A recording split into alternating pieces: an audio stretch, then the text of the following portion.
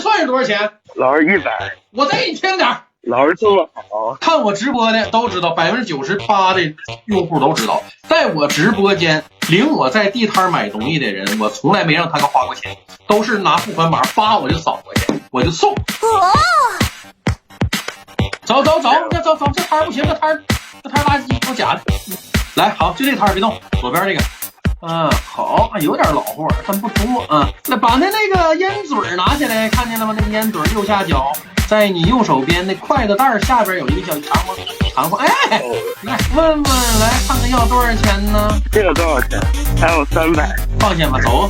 喂，去下一位。好，停，看看这灵奇狗穗。哎，这是老的，看看。哎，下边有一个方形的，这看到了吗？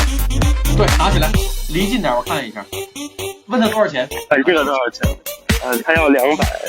便宜，这是一个战汉时期的方糖蜻蜓眼管珠，给他100块钱，你问他卖不卖？100卖不卖？他说问一下老板。A few moments later， 还有1000了。他妈的，200块钱你没买，妈的，